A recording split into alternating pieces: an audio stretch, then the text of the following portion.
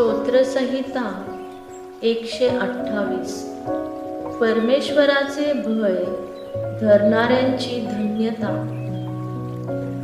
जो पुरुष परमेश्वराचे भय धरितो, जो त्याच्याच मार्गांनी चालतो, तो धन्य. तू आपल्या श्रमाचे फळ खाशील, तू सुखी होशील, तुझे कल्याण होईल. तुझ्या माझघरात तुझी स्त्री सफळ द्राक्षवेलीसारखी होईल. तुझ्या मेजाभोवती तुझी मुले जैतुनाच्या रोपांसारखी होतील. पहा, परमेश्वराचे भय धरणाऱ्या पुरुषाला असा आशीर्वाद मिळेल.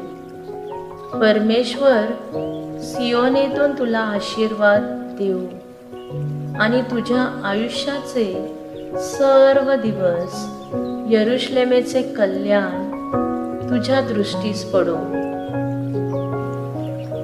तुझ्या मुलांची मुले तुझ्या दृष्टीस पडोत. इस्रायलास शांती असो.